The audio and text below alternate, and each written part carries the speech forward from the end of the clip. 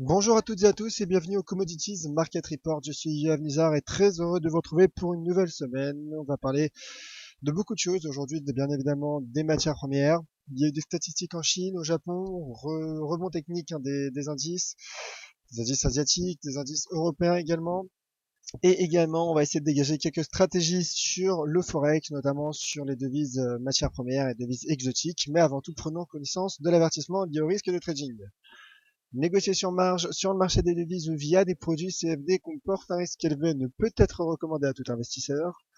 FXIM et Daily FX ne pourront en aucun cas être tenus responsables de pertes ou dommages occasionnés incluant sans restriction des pertes ou manque à gagner qui pourraient découler directement ou indirectement de l'utilisation de ces informations.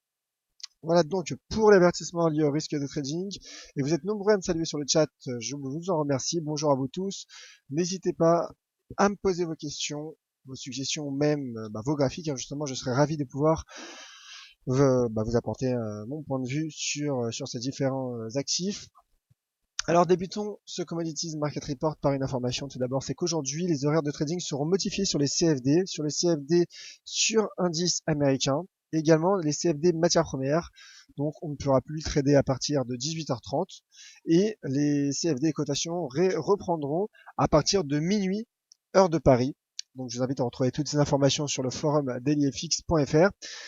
Et avant de débuter également nos analyses, juste un mot, comme je l'ai dit, sur le calendrier macroéconomique, pour vous dire tout d'abord que le taux de croissance au Japon s'est contracté de manière plus importante qu'attendu, mais ça n'a pas empêché le Nikkei de prendre plus de 7% à la nuit dernière, et également les exportations et importations chinoises qui sont en forte baisse, surtout les importations qui nous intéressent, puisque la Chine importe énormément de matières premières, et les importations chinoises le mois dernier ont reculé de 14,4%, alors que le consensus s'attendait à une hausse des importations. Donc c'est plutôt nouveau, puisque dans les précédentes estimations, les précédents mois, le consensus s'attendait plutôt à une contraction des importations. Mais malgré ces attentes du consensus, les importations chinoises se sont effondrées le mois dernier. Mais ça n'empêche pas la balance commerciale chinoise de finalement afficher un bénéfice commercial. Alors aujourd'hui, séance peu volatile attendu, puisqu'il y aura peu de statistiques macroéconomiques, en tout cas aucune statistique majeure. Il y aura toutefois Mario Draghi qui interviendra à Bruxelles devant le Parlement européen à 15 heures. Et la nuit prochaine, par contre, il y aura des statistiques en Nouvelle-Zélande et en Australie. En Nouvelle-Zélande, il y aura les ventes au détail néo-zélandaises au quatrième trimestre et également les prévisions d'inflation sur 2 ans de la RBNZ. Et il y aura en Australie la publication des minutes de la RBA. Je rappelle que la dernière réunion de politique monétaire de la RBA, euh, Glenn Stevens, qui est le président, donc avait opté pour un statu quo, mais avait toutefois déclaré que la RBA pourrait dans le futur de nouveau assouplir sa politique monétaire, donc à surveiller peut-être un dollar australien qui pourrait être sous pression avec la publication des minutes. On surveillera tout cela bien évidemment avec intérêt. Alors débutons cette fois-ci sur les marchés, sur les cours, avec le cours de l'once d'or qui effectue un repli technique. Alors en effet, de manière générale, dans les marchés, il y a des replis et rebonds techniques, des mouvements correctifs, des retracements qui ont été entamés vendredi. Alors en effet, on voit que les indices européens, euh, qui ont été, même les indices américains, les indices de manière générale, les marchés actions qui avaient fortement chuté durant de nombreuses séances, ont rebondi, ont entamé un rebond vendredi et elles poursuivent leur rebond aujourd'hui. Le CAC 40 qui prenait il y a encore quelques minutes 3% en début de séance, en début de semaine. Donc pour le moment, ce sont des mouvements en retracement, des effets de rachat de position vendeuse, des prises de bénéfices. Et c'est idem pour le cours de l'once d'or, qui s'est replié, vendredi et qui poursuit son repli aujourd'hui en début de séance. Alors, ce qui est intéressant pour le cours de l'once d'or, c'est comme on peut le voir en weekly. En weekly, le cours qui teste cette droite de tendance, cette oblique donc formée depuis la séance du 15 mars. Et concernant ce biseau en weekly, ce biseau que je vous ai présenté depuis plusieurs séances, finalement le cours, malgré un franchissement la semaine passée, s'est replié sous ce niveau en fin de semaine et poursuit donc ce repli comme je le disais Concernant cette fois-ci les niveaux horizontaux, bien évidemment, il y a toujours ce niveau à 1240 $, sous lequel le cours se replie. Donc pour le moment, bien évidemment, ça reste haussier sur le cours de l'once d'or, malgré un retracement. Alors le retracement pourrait en effet se poursuivre jusqu'au 1175, qui est un niveau également horizontal à surveiller, un niveau horizontal majeur. Et d'ailleurs, ce qui est intéressant, c'est que si l'on met les ratios de Fibonacci, les ratios de retracement de Fibonacci, on se rend compte que finalement, ce niveau à 1175 est proche d'un autre niveau, un niveau de retracement à 38,2% de Fibonacci, qui correspond à 1180. Donc cette zone, le cours en effet pourrait retracer. Pour le moment, bien évidemment, il y a un climat d'appétence pour le risque qui est revenu en ce début de semaine, mais ça reste aussi, et les indices, les marchés actions restent bien évidemment, le risque en tout cas est bien évidemment baissier au vu de la tendance moyen terme. Voilà donc pour le cours de l'once d'or, pour le moment, retracement. Donc pour moi, il faudrait trouver un bon point d'entrée en position pour dégager une stratégie haussière sur le métal jaune, et il en est de même pour le cours de l'argent. Le cours de l'argent qui s'est replié également, on ne casse pas non plus un support majeur, un support important à 15,20, au même titre que l'once d'or non plus, n'a pas cassé de niveau de support. Donc pour le moment, on voit bien qu'il s'agit simplement de retracement, mais toutefois il faut surveiller, que ce soit pour l'once d'or ou l'argent, que l'indicateur de momentum RSI croise à la baisse la bande 70. Donc en effet, il y a la baisse d'un moment le ralentissement du momentum, d'ailleurs. En effet, comme on peut voir notamment sur l'once d'or, ces dernières séances, la hausse était verticale quasiment. La hausse était verticale, donc c'est la raison pour laquelle en effet il fallait bien qu'à un moment ou à un autre le marché effectue une prise de bénéfice. Donc pour le moment, comme je disais, que ce soit pour l'once d'or ou l'argent, il y a un potentiel haussier malgré malgré un retracement, et comme je disais, surtout des niveaux de support majeurs n'ont pas été cassés, donc pour le moment ça tient. Et juste, d'ailleurs, je reviens encore sur l'once d'or, juste pour finir, le seuil psychologiquement important qui avait été franchi la semaine dernière, et d'ailleurs ce franchissement avait permis d'accentuer la hausse et d'accélérer la hausse à 1200 $, n'est pour le moment non plus pas cassé. Donc pour le moment, ça reste aussi pour le cours de l'once d'or et de l'argent. Le pétrole à présent, le cours du pétrole qui rebondit également, alors plusieurs choses sur le pétrole. D'abord d'un point de vue fondamental, comme je vous l'ai annoncé vendredi, des informations, des informations du Wall Street Journal qui, selon lequel les Émirats arabes unis, seraient prêts à réduire leur production dans le but d'un accord sur un seuil limite de production, sur un seuil plancher.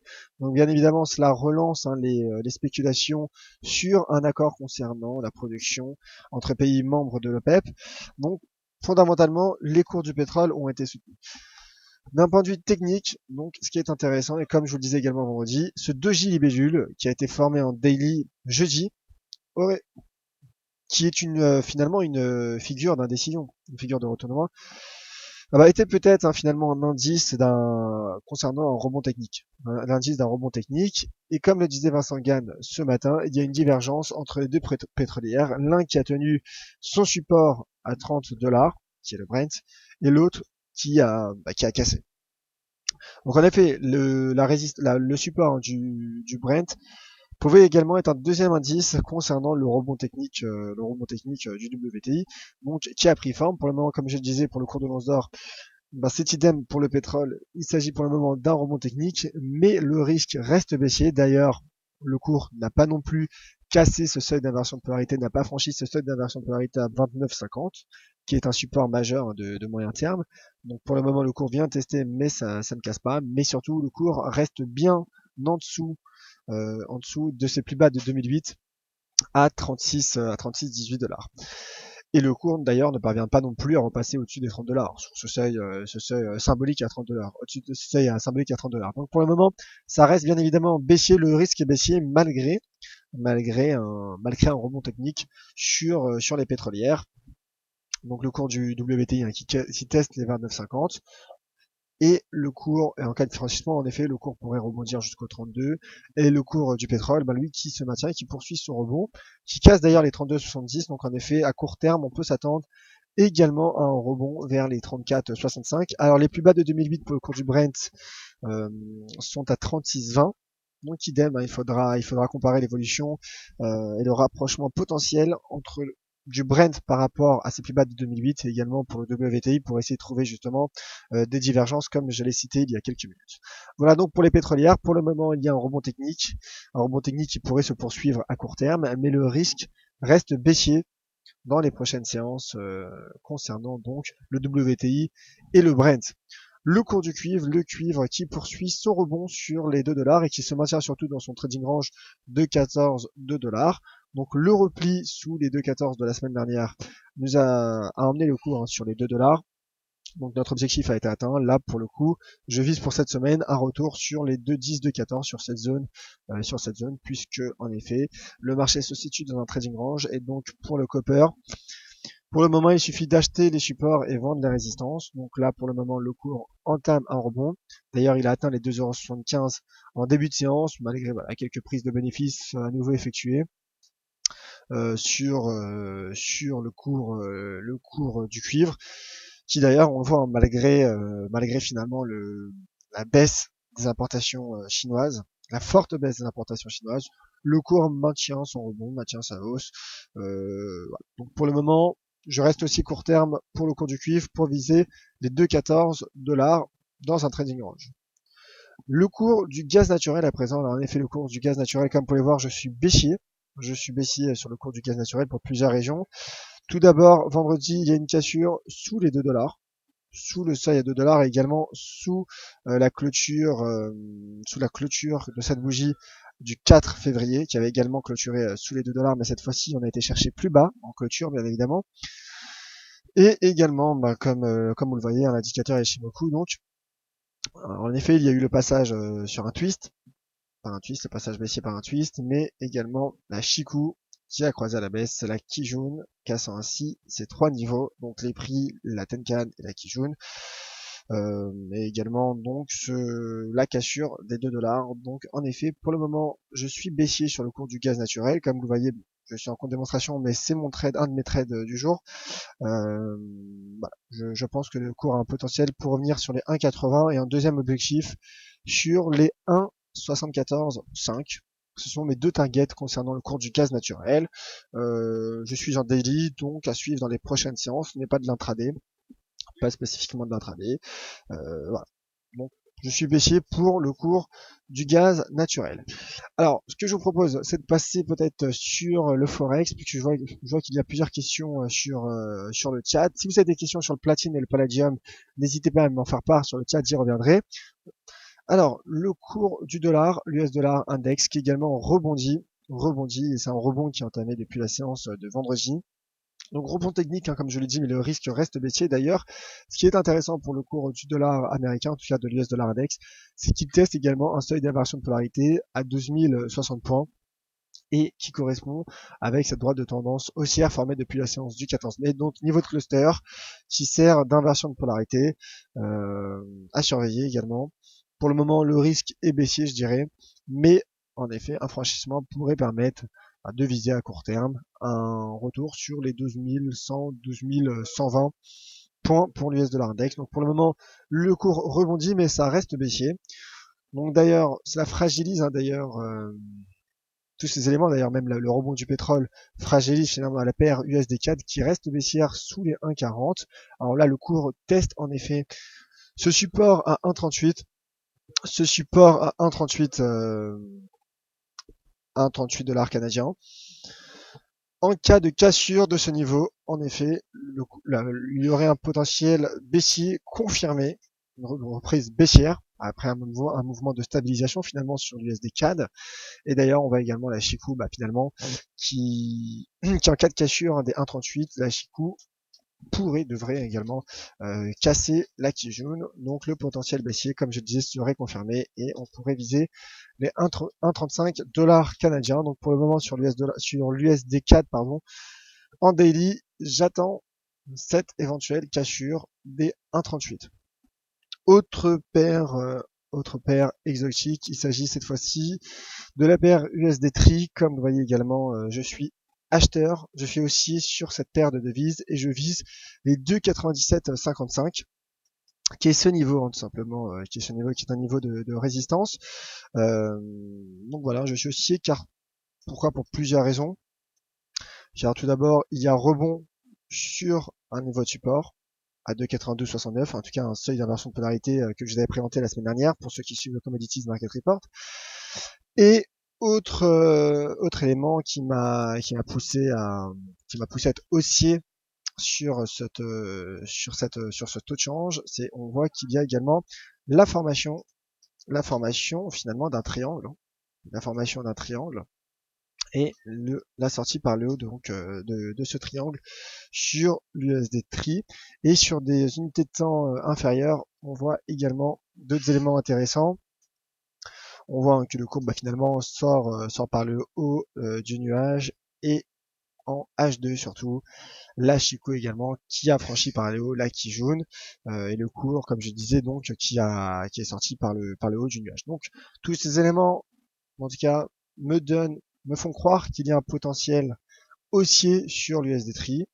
Pour le moment, le cours me donne raison, j'en suis ravi, mais je vise, comme je le disais, les 2,9755 sur ce taux de change, sur ce taux de change qui profite également du rebond du dollar américain, mais qui reste fragile. Donc en effet, cela sera à surveiller, notamment sur ce taux de change. Autre paire de devises dont je voulais vous faire part également de mon analyse, car je pense qu'il s'agit finalement d'opportunités intéressantes à surveiller. Il s'agit du taux de change GBP-NZD. Alors j'en parlais sur Twitter avec un auditeur, d'ailleurs un fidèle du Commodities Market Report, qui me faisait part justement de son analyse GBP-NZD. Alors ça m'a permis justement finalement de regarder un peu plus près ce taux de change. Ce qui est intéressant, c'est en weekly, regardez ce niveau. Tout simplement, le cours qui teste une sortie par le bas de ce Kumo. Donc, pour le moment, ça tient. Le niveau de support tient. Et ce Kumo, d'ailleurs, correspond également à ce mouvement latéral, à ce latéral de cette Kijun, de la Kijun. Et la Chico également vient tester. Donc, selon moi, si l'on casse les 2,1634, voilà ce niveau en 2,1634, je serai baissier. Alors là, nous sommes en weekly, donc ce qui serait plus pertinent, c'est d'attendre bien évidemment la cassure en weekly, mais nous sommes en début de semaine. Alors, bien évidemment, il faudra patienter jusqu'à la fin de semaine. C'est la raison pour laquelle il faudra affiner avec des unités de temps inférieures. Mais en tout cas, en weekly, je surveillerai de près cette éventuelle cassure sur ces niveaux de support. Le cours teste pour le moment, ça peut casser, mais pour le moment, ça résiste. Alors en daily, sur le GBP-NZD, on voit également que c'est baissier, mais que nous trouvons sur des niveaux de support. C'est la raison pour laquelle, pour le moment, je ne toucherai pas à ce taux de change GBP-NZD, et j'attendrai éventuellement la cassure des 2,1634 comme je vous l'ai montré. Pour le moment, en tout cas, le cours est sur des niveaux de support. Il est trop risqué de vendre des niveaux de support. Autre taux de change, il s'agit des taux de change plus connus, je dirais plus tradés. Le NZD-USD, un article est en ligne sur dailyfx.fr. Nous nous trouvons toujours sous cette droite de tendance baissière formée depuis l'été 2014, donc le risque est baissier. Toutefois, il y a la formation d'un support à 0,6610 qui a été formé. Le risque est baissier sous cette droite de tendance baissière. Mais toutefois, j'attendrai potentiellement soit que le cours rebondisse pour retrouver cette oblique, et soit finalement si le cours n'atteint pas cette oblique et se replie, en effet la cassure des 0,6610 pourrait être un signal baissier, un signal de vente et d'accélération de cette baisse sur le taux de change NZD-USD. Alors je vais me dépêcher rapidement, je vais passer aux questions d'ailleurs, car il est vrai qu'il est dans quelques minutes, vous retrouverez Vincent Gann pour le morning meeting. Je me suis un peu laissé aller finalement sur toutes ces stratégies forex. Il y avait beaucoup à parler aujourd'hui. Rapidement, des graphiques de Tony. Sur l'once d'or. Bonjour Yoav, j'avais tenté un achat sur les 1205 $. Alors le graphique qui met un peu de temps à venir. Le graphique de Tony. Alors, voilà, le graphique qui met un peu de temps. En attendant, je vais passer peut-être aux autres questions. Tony d'ailleurs qui nous met un autre graphique sur le chat. Alors, d'autres questions. Et c'est Stéphane qui demande mon avis sur le taux de change AUD-USD et l'USD CAD. Alors voilà, le graphique de Tony qui vient d'apparaître sur le cours de l'once d'or. Et donc Tony qui tentera un achat sur les 1205 $. Donc comme je disais, au-dessus du seuil psychologiquement important à 1200 $. Et voici donc un autre graphique sur le cours de l'once d'or en weekly cette fois-ci, de Tony qui indique je suis méfiant sur les pullbacks weekly, mais je la tente avec un stop large. Donc voilà, merci Tony pour cette stratégie sur le cours de l'once d'or. Alors Stéphane qui demande mon avis sur le taux de change AUD USD USD CAD. USD CAD, vous l'avez compris, j'attends l'éventuelle cassure des 1,38 et pour le taux de change AUD USD, taux de change AUD USD, justement, le voici. Pour le moment, ça se stabilise. Pour le moment, le cours se stabilise. Je suis plutôt neutre. Toutefois, on voit qu'il y a un trading range. Donc le cours finalement pourrait poursuivre son rebond jusqu'au 0,7190, 0,7280, puisqu'on voit que le cours est dans un trading range. Le cours du dollar australien qui est soutenu par le rebond du cours du cuivre. Et je rappelle, comme je le disais au début de cette émission, qu'il y aura la publication des minutes de la RBA la nuit prochaine, et à surveiller également cette tasse avec anse potentielle qui est en train de se former sur ce taux de change avec une ligne de coût donc à 0,72 $ américains. Alors, Alex, AUD/USD, je viens de dire. Et un nouveau graphique de la part de Tony, cette fois-ci sur le cours du pétrole. Donc, US Oil Target 30,6 pour Tony. Je sais, j'anticipe la cassure d'une résistance, mais ça offre un bon ratio R3. Ratio donc espérance de gain, risque de perte. Et voici le graphique de Tony. Merci mon cher Tony. Alors, question de la part de Cédric, cette fois-ci sur un indice. Bonjour, le S&P 500 teste une droite de tendance baissière en journalier. Alors, regardons ça tout de suite. Ce qui est intéressant donc sur les indices américains, c'est de surveiller c'est de savoir finalement que le cours a tenu son support à 1810 points. Donc au-dessus de ce support, ça reste haussier. Et en daily, alors voici donc la droite de tendance de Cédric. En effet, il y a une droite de tendance. Bien vu Cédric, en effet, le cours teste une droite de tendance, donc il sera intéressant justement de surveiller potentiellement finalement ce pivot dynamique. Je rappelle que les indices américains clôtureront à 18h30 aujourd'hui, les CFD sur l'indice américain clôtureront à 18h30 et que le marché spot est fermé pour President Day aux États-Unis. Bien vu mon cher Cédric, on surveillera tout ça de près. J'en parlerai d'ailleurs dans mon article S&P 500 cet après-midi qui sera publié sur dailyfx.fr. Dernière question de la part de Marc. Et d'ailleurs, Visiteur également qui met un commentaire, avec des USD BSI ou pas, désolé, je viens de prendre le web. Écoutez, Visiteur, en effet, comme je disais, pour le moment, je suis plutôt neutre sur le taux de change AUD/USD qui rebondit toutefois. Donc, en effet, le rebond sur l'AUD/USD pourrait se poursuivre jusqu'au 0,72, comme je disais, mon cher Visiteur. Et enfin, la dernière question est une question de Marc qui demande mon avis sur le taux de change euro-dollar. Le taux de change euro-dollar également, repli technique après sa forte hausse de la semaine passée, mais c'est surtout le dollar qui progresse, et le taux de change teste ce niveau, teste ce seuil d'inversion de polarité à 1,12 $. Donc en effet, pour le moment, il y a un mouvement de correction, un mouvement de retracement qui prend forme, et ça rejoint tout ce que je disais tout au long de ce webinaire. Il y a des mouvements de retracement, mais finalement, les tendances restent les mêmes. Il n'y a pas pour le moment un signal de retournement de tendance. Donc pour le moment, en effet, il y a des prises de bénéfices sur le taux de change euro-dollar. Il y a Mario Draghi qui parlera cet après-midi à 15h, mais le potentiel reste haussier pour le taux de change euro-dollar. En weekly d'ailleurs, on voit bien, pour le moment, il y a tout juste un léger retracement.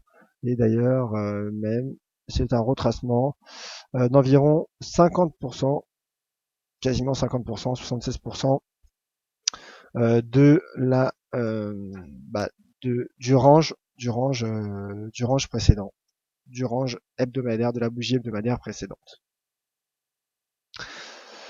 Voilà, mon cher Marc. Merci à tous de votre attention. On se retrouve ce soir à 17h30 pour la closing bell et à 18h pour un webinaire éducatif sur l'analyse fondamentale. Vous retrouverez tout de suite Vincent Gann pour le morning meeting de 11h. Et je vous attends bien évidemment sur Twitter, @yoavnizar. Merci à tous. C'était Yoav Nizar pour le Commodities Market Report. Très bonne journée sur les marchés et à tout à l'heure.